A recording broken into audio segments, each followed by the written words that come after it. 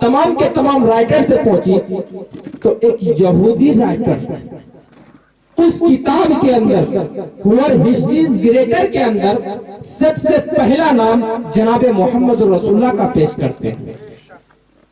سب سے پہلا نام کن کا نام؟ جناب محمد رسول اللہ کا نام پیش کرتے ہیں. پوچھا گیا کہ جناب والا جناب محمد رسول اللہ کا نام کیوں پیش کرتے ہیں؟ آپ تو عیسائی مذہب سے بلونگ کرتے ہیں تو عیسیٰ علیہ السلام کا نام ڈالتے ہیں. عیسیٰ علیہ السلام کا نام ڈالتے ہیں. مان لیجئے کہ اگر ہم مسلمان ہیں تو مسلمان ہونے کے ناطے تو ہم جناب محمد رسول اللہ کا پیش کریں گے, اور اگر کوئی پنڈت جی ہے تو وہ شری رام چندر جی کے بات کو پیش کریں گے. تو آپ عیسائی مذہب کو ماننے والے تھے تو آپ عیسیٰ علیہ السلام کا نام پیش کرتے نا, تو جناب محمد رسول اللہ کا نام آپ نے کیوں پیش کر دیا؟ سب سے پہلے دوسرے نمبر پہ کر دیتے. لیکن وہ رائٹر کہتا ہے میں نے کتنے ہزاروں شخصیات کا مطالعہ کیا ہے, میں نے ان کی اسٹڈی کی ہے, لیکن جو میں نے جناب محمد رسول اللہ کی زندگی میں پایا وہ میں نے کسی اور کی زندگی میں نہیں پایا. اس لیے میں نے سب سے پہلے جناب محمد رسول اللہ کا تذکرہ کیا. کچھ لوگ یہ آواز اٹھاتے ہیں کہ اسلام جو پھیلایا گیا ہے وہ تلوار کے آدھار پر پھیلایا گیا ہے. میں ان تک یہ آواز پہنچا دینا چاہتا ہوں, سنو قوم کے غداروں, مسلمانوں کے خلاف علمی بغاوت کرنے والوں, مسلمانوں کے دشمن, انسانوں کے دشمن, میں یہ بتا دینا چاہتا ہوں جناب محمد رسول اللہ اپنے اخلاقی اعتبار سے اسلام کو پھیلائے ہیں. اسلامی اعتبار سے پوری دنیا کے اندر اسلام پھیلا ہے. کیوں؟ اس لیے کہ جو تلوار کے آدھار پر پھیلے گا وہ زیادہ دیر تک نہیں ٹھہر سکتا. مجھے یہ بتائیے کہ اگر کوئی شخص حکومت چلا رہا ہے, جیسے کہ راون حکومت چلایا ہے, اس کی حکومت کتنی سال رہی؟ ابھی تو حکومت نہیں ہوئی, گر چکی ہے, بیچارے مر بھی گئے, بھسم بھی ہو گئے, ان کے ماننے والے صرف وہیں پر ہیں, اس کے علاوہ کہیں پر نہیں. اب یہ بتائیے کہ اگر ان کے کرتوت اچھے ہوتے, ان کے کارنامے اچھے ہوتے تو ان کے فالوورز بھی زیادہ ہوتے, ان کے ماننے والے زیادہ ہوتے. تو اس سے پتا چلا کہ ان کے اخلاق اور کریکٹر سے نہیں بلکہ ان کے ظلم اور عداوت کی وجہ سے ان کی حکومت جو پھیلی تھی ظلم اور عداوت کی وجہ سے پھیلی تھی. اور جناب محمد رسول اللہ کا کریکٹر اور اخلاق اتنے اچھے ہیں پوری دنیا کے اندر آج ان کا بول بالا ہے. اس لیے تو قرآن مقدس کے اندر اللہ رب العالمین ارشاد فرماتے ہیں لقد کان لکم فی رسول اللہ اسوۃ حسنہ. لقد کان لکم فی رسول اللہ اسوۃ حسنہ.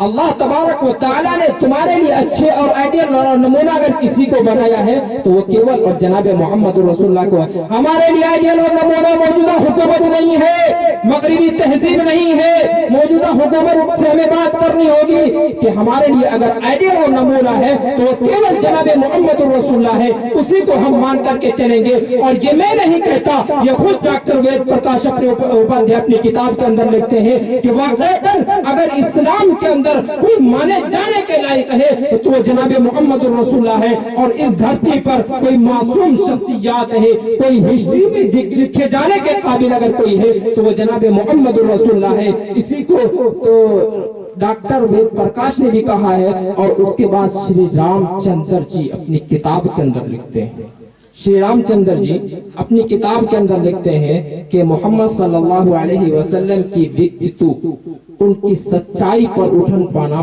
پرنتو بہت کٹھن بات ہے. ہندی شبد کا استعمال کیا کیوں, اس لیے کو پنڈت جی تھے تو انہوں نے کہا ان کی شخصیت پر اتر پانا بہت کٹھن بات ہے. کس اعتبار سے؟ ہر اعتبار سے جناب محمد رسول اللہ ہسٹری میں سب سے گریٹر مانے گئے ہیں. اگر آپ کو دیکھنا ہے بزنس مین میں اگر کسی کو تو جناب محمد رسول اللہ کو دیکھیں. اگر تاجر میں کسی کو دیکھنا ہے تو جناب محمد رسول اللہ کو دیکھیں. اگر شادی اور وواہ کے اندر دیکھنا ہے تو وہ جناب محمد رسول اللہ کو دیکھیں. اور اگر پوری زندگی اگر آپ صلی اللہ علیہ وسلم کی اٹھا کر کے دیکھیں گے, ان کی ہسٹری کا مطالعہ کریں گے, اسٹڈی کریں گے تو قسم خدا کہ آپ پورے دونوں جہان کے اندر کامیابی حاصل کر سکتے ہیں. ایک شخص عیسائی تھا, وہ اسلام کے خلاف لکھنے کے لیے جا رہا تھا. ایک کتاب لکھی انہوں نے اسلام کے خلاف. جب کوئی شخص کسی کے خلاف کتاب لکھتا ہے تو سب سے پہلے وہ اس کی اسٹڈی کرتا ہے. اگر آپ غلط بات بھی لکھیں گے نا پہلے ان کی سچائی کو جانیں گے تبھی غلط بات لکھ سکتے ہیں آپ. اس سے پہلے اس کی غلط بات لکھ ہی نہیں سکتے. کسی کی غلط بات کو لکھنے کے لیے پہلے اس کی سچائی جاننی پڑتی. تو وہ شخص یہ طے کیا کہ مذہب اسلام کے خلاف میں ایک کتاب لکھوں گا اور اس میں جناب محمد رسول اللہ کی توہین کروں گا. تو جب اس نے قرآن کریم کو پڑھا, جب اس نے احادیث مبارکہ کی تلاوت کیا, اس کی اسٹڈی کی, اس کا مطالعہ کیا, اس کا ادھین کیا, ادھین کرنے کے بعد وہ اسلام کے خلاف نہیں کتاب لکھا بلکہ اسلام کے حق میں ہی کتاب لکھ کے چلا گیا. تو یہ ہے اسلام. اس لیے میں کہتا ہوں جب بھی کہیں بولو تو سر اٹھا کر کے بولو کہ I am Muslim, I am مسلم, میں مسلمان ہوں, گرو سے کہتا ہوں میں مسلمان ہوں. اور میں نے بتایا کہ آرٹیکل نمبر 15 اور 14 کے اندر 7 واضح اندر میں لکھا ہے اگر کوئی آپ سے بات کرے تو بالکل کھلے الفاظ میں جواب دے دیجیے گا. Prohibition of discrimination on grounds of religion, race, caste, sex, place of birth. کسی کے ساتھ کالے گورے جھگڑے کا کوئی اعتبار نہیں کیا جا سکتا. اگر کوئی دلت بھائی جہاز سے اڑ رہا ہے تو اس کو بھی اڑنے کی اجازت ہے. اگر کوئی غیر مسلم برہمن وادی اگر ہوائی جہاز سے چلنا چاہ رہا تو اس کو بھی اجازت ہے. اگر فارچونر پر کوئی دلت بھائی بیٹھنا چاہ رہا تو اس کو بھی یہ ہماری کانسٹیٹیوشن اس بات کی اجازت دیتا ہے کہ وہ بیٹھے اور اپنے گاڑی کو استعمال کرے. کیوں؟ اور کچھ لوگ یہ چاہتے ہیں کہ نہیں, بلکہ جو ہماری حکومت ہے وہ ہم ہی تک رہنی چاہیے اور دوسرے تک نہیں چلنی چاہیے, یعنی برہمن وادی تک ہی رہنی چاہیے. نوجوانوں, یہ ہمارے ہندوستان کا جو سنویدھان ہے اس بات کی بھی اجازت نہیں دیتا اور خود جناب محمد رسول اللہ صلی اللہ علیہ وسلم ایک دوسرے کے ساتھ مساوات اور برابری کا حکم دیتا ہے. ایک دوسرے کے ساتھ مساوات اور برابری کا حکم دیتا ہے. تمام کے ساتھ انصافی معاملہ کیا جائے, کسی کے ساتھ نا انصافی کا معاملہ نہ کیا جائے. خیر, میں یہ بات بتا رہا تھا کہ جب بھی اپنے آپ کو بولیے تو گرو سے بولیے کہ میں مسلمان ہوں. کیوں؟ اس لیے کہ ہم اس امتی, ہم اس نبی کے ماننے والے ہیں جس نبی کے بارے میں تمام کتابوں کے اندر بھوشیہ وانی کی گئی ہے. ایک منتر کے اندر کہا گیا ہے نراشنسپتی دھامان نجنترسو دیوا, نراشنسپتی دھامان نجنترسو دیوا. اس کا کیا مطلب؟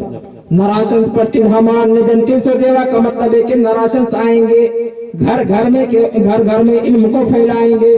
یعنی آپ صلی اللہ علیہ وسلم آ کر کے تمام دنیا کے اندر علم کو پھیلائیں گے.